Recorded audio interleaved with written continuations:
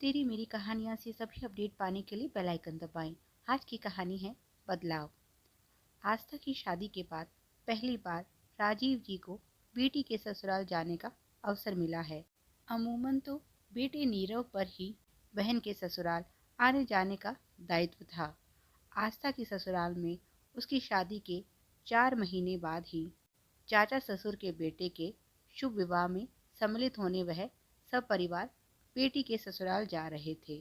थोड़ी घबराहट थी, कहीं कोई शिकायत या कमी ना रह जाए, इसीलिए सब अच्छे से अच्छा लाए थे उसके परिवार के लिए।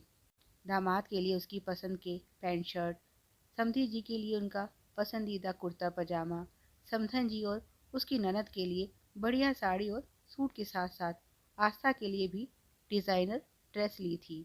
सभी कुछ तो ऑनलाइन मंगवाया था। आज के समय में जब सब इतना सहज और सरल हो गया है कि घर बैठे ही उंगली के एक इशारे पर ही अपनी पसंद का सामान आ जाता है, तो बाजार जाने की जहमत कौन उठाए। ऑनलाइन शॉपिंग का आइडिया भी नीरव और आस्था का था। आस्था ने सबकी पसंद पूछकर मंत्रा और फ्लिपकार्ट जैसे प्लेटफॉर्म से सामान ऑर्डर कर दिया और नीरव ने पेमेंट। ना कहीं जाना पड़ा, ना ही सामान खरीदने के लिए बेकार की भागदौड़ करनी पड़ी।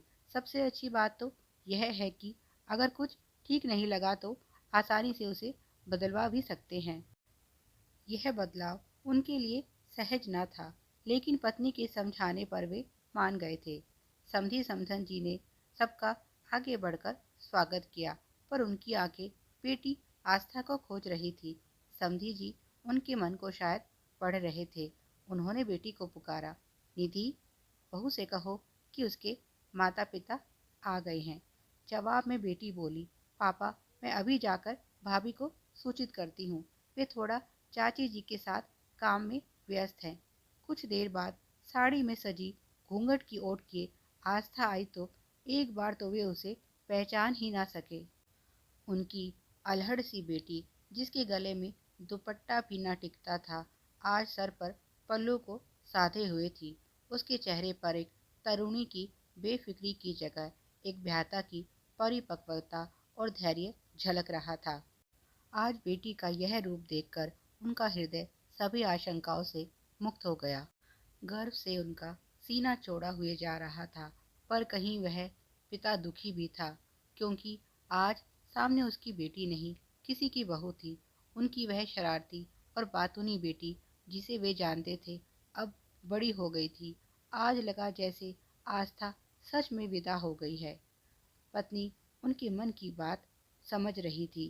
वह बोली, बेटी को आशीर्वाद दीजिए। स्त्री तो धरती सी होती है, जैसे धरती ऋतु बदलने पर अपना रूप बदलती है, ऐसे ही नारी परिस्थिति के अनुसार खुद को बदलकर नए रूप और सांचे में ढालकर अपने परिवार को संपूर्ण और सुशोभित करती है। ये बदलाव नारी जीवन के वे सोपान हैं जिनसे वह पूर्ण होती हुई अपने आसपास खुशियाँ और संपन्नता लाती है। वे मुस्कुराकर पत्नी की बात पर सहमति जताते हैं। बदलाव जीवन का महत्वपूर्ण अंग है, जो इसे जीवंत और अर्थपूर्ण बनाए रखता है। समय के साथ चलने में ही समझदारी है। फिर वह बदलाव चाहे जीवन के किसी भी क्षेत्र में क्यों ना हो। एक जगह रुका हुआ तो पानी भी सड़ जाता है, इसलिए नए का स्वागत पूरे दिल से करें। माँ को अपने साथ अंदर ले जाती हुई मुस्कुराती आस्था शरारत से घूंघट की ओट से पापा की तरफ अपने चिर परिचित अंदाज में चेहरे पर नटखट आकृति बनाती है, तो राजीव जी का मन प्रसन्नता से भर जाता है। जीवन में कितना ही बदलाव क्यों ना आ जाए, उनकी बेटी हमेशा उनकी बेटी रहेगी। पहले वह उनकी बेटी है, बाद में किसी की पत्नी और बहू है।